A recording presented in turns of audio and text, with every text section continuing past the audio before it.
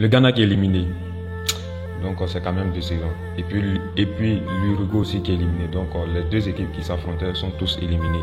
Donc la Corée a réussi l'exploit de battre le Portugal, ce qui n'était pas une mince affaire.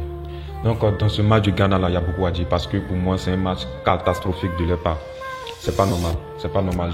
J'avais déjà parlé de cette défense là. Cette défense là n'arrivait pas à se synchroniser ensemble. Cette défense là encaissait trop.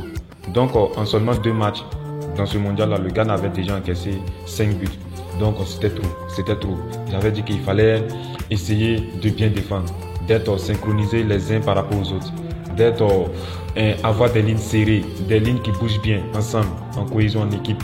Donc pour moi le Ghana, le fait d'encaisser 2 buts, voilà, en première mi-temps, c'est pas bon, c'est pas normal, c'est même pas normal. Et le Ghana, son entame du match est mauvaise. C'est-à-dire le Ghana, comme d'habitude, veut laisser la balle à l'équipe adverse et maintenant ils vont défendre en bloc bas, ce qui ne paye pas. C'est-à-dire contre le Portugal, ça n'a pas marché. Contre la Corée du Sud, ça avait un peu fonctionné. Arrivé un instant, le Ghana s'est pris 2 buts très rapidement. Je pense que c'était en 3 minutes ou en 4 minutes. Donc, c'est pas quelque chose qui leur réussit bien. C'est vrai qu'à un certain moment, autant de Muntari, Essien, Asamoah Gyan, et chose en 2010 par là, c'est quelque chose qui fonctionnait. Le Ghana défendait beaucoup. Mais quand même, lorsque le Ghana se projetait, le Ghana arrivait quand même à créer du danger. Mais maintenant, c'est plus le cas. Le Ghana, ça me fait mal. Et il y a eu le penalty manqué de André Ayew. Hormis même le penalty, le Ghana ne fait pas un bon match. Donc, si le Ghana perd 2-0 aujourd'hui, c'est tout à fait mérité. Parce que dans ce match-là, vous avez besoin qu'un seul nul pour pouvoir passer au tour suivant. Voilà, c'est pas comme les autres équipes, comme la Tunisie, comme le Cameroun, comme le Sénégal qui sont obligés de gagner pour pouvoir passer. Vous, il vous manque que de faire un nul et vous n'arrivez pas à faire ce nul-là. Donc pour moi, la première mi-temps était décevante. La deuxième mi-temps, le Ghana a fait des changements, bien sûr, mais là, ça n'a pas donné encore. C'est-à-dire, dans les 5 premières minutes, on a vu une équipe un peu foudroyante et puis après, c'est fini. C'est-à-dire, le milieu uruguayen a su calmer leurs ardeurs. Les passes par-ci, les passes par-là, casser le rythme. Donc, et puis après, vers la fin, le match a commencé à être intéressant. J'allais dire la poule a commencé à être intéressant. Puisque le Portugal était mené maintenant 2-1. Donc, ce qui faisait que l'Uruguay était éliminé. Donc, l'Uruguay cherchait à marquer un 3e but parce qu'il y avait une différence au goal average. Et le Ghana cherchait un match nul pour se qualifier. Donc le Ghana a essayé de pousser. À part Mohamed Kudus qui sort du lot pour moi, c'est le seul joueur qui sort un peu du lot. Parce que même lorsqu'il sort, il est carrément cuit. Arrivé un instant, il ne pouvait plus faire des courses. Et Mohamed Kudus, dans ce match-là, il méritait quand même un but. À part le gardien uruguayen qui est fantastique, son match est exceptionnel. Il fait des arrêts que moi-même, je ne parviens pas. Parce que sur le tir de Mohamed Kudus, je me disais que Mohamed Kudus n'avait pas cadré, il avait tapé juste le poteau. Mais non, c'est juste que le gardien a suivi. Et moi, ça m'étonne trop parce que devant lui, il y avait des joueurs. Donc, il était un peu masqué. Il ne pouvait pas voir vite d'où la balle venait. Donc, le fait qu'il a fait cet arrêt-là, c'est quand même exceptionnel. Parce que pour moi, là, si le Ghana mettait un but, voilà, ça allait les motiver encore plus. Et pourquoi pas, ils allaient essayer de chercher un but et puis se qualifier. Donc, Mohamed Kudus, pour moi, c'est bon. Maintenant, au Ghana, au niveau de la défense, c'est pas bon. C'est-à-dire, Dieu merci, parce que pour moi, penalty sur Cavani, moi, je vais dire oui. Parce que Cavani, il a fait le plus dur. C'est-à-dire dévancer son adversaire. Il a dévancé son adversaire, donc il était devant.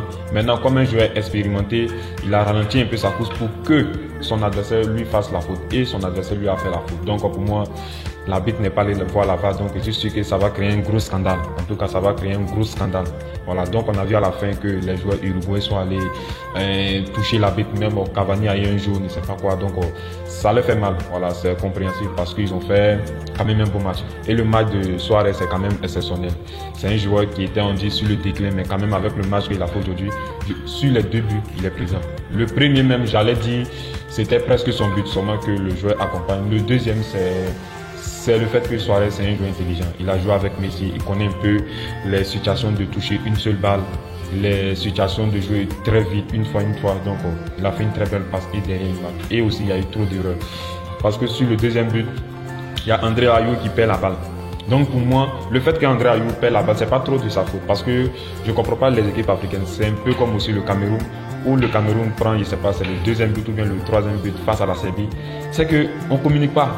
Nous-mêmes au Maracana, ici, lorsqu'on joue ici au quartier, voilà, tout le monde crie, il arrive, il arrive. Et ensuite, ton joueur maintenant peut éventuellement faire quelque chose. Mais lorsqu'on ne parle pas, on ne dit rien.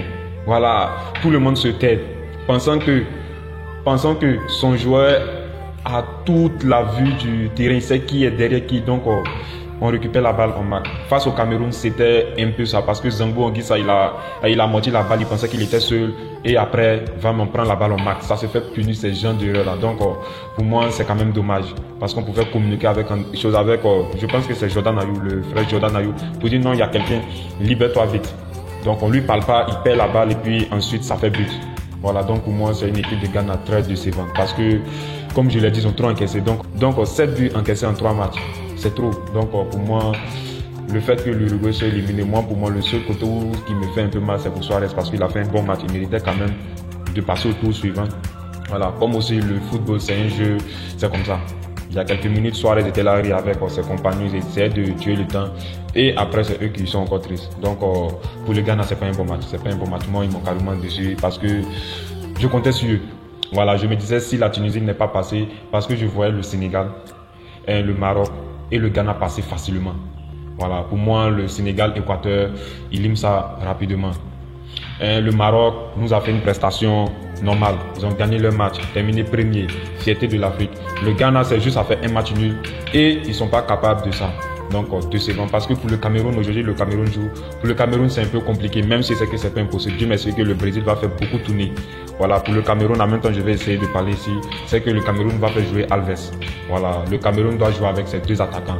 Ça, il n'y a rien à dire. Ces deux attaquants, Aboubakar, Choupo-Moting, mais des joueurs qui sont très rapides parce qu'on peut éventuellement passer sur le côté d'Alves. Parce qu'Alves, il n'a plus les jambes qu'il avait il y a 10 ans au Barça, etc. Donc, on peut facilement passer là-bas, etc., etc. C'est vrai que devant aussi, le Brésil, c'est quand même très fort. Avec Gabriel Jesus, Rodrigo, Anthony, Martinelli. Donc, devant, c'est quand même fort. Mais le Cameroun ne doit pas encaisser. Dans ce match-là, le Cameroun ne doit même pas encaisser. Voilà, le Cameroun doit aller battre le Brésil plus de 2 buts. Voilà, il y a trop de si, mais le Cameroun doit faire le taf aussi. Donc c'est un peu tout pour cette vidéo. Voilà, grande déception pour le Ghana. J'espère que le Cameroun, même si le Cameroun ne va pas se qualifier, qu'il fasse une bonne prestation. Une prestation, voilà, qui va faire honneur à cette Afrique-là. Quand même, la Tunisie sort, mais la Tunisie gagne un match face à la France. Voilà, donc c'est un peu tout pour cette vidéo. N'hésitez pas à vous abonner, à liker, à commenter. Voilà, ça soutient véritablement la chaîne. Donc on se dit à ce soir pour le débrief Cameroun-Brésil. Donc ciao les gars.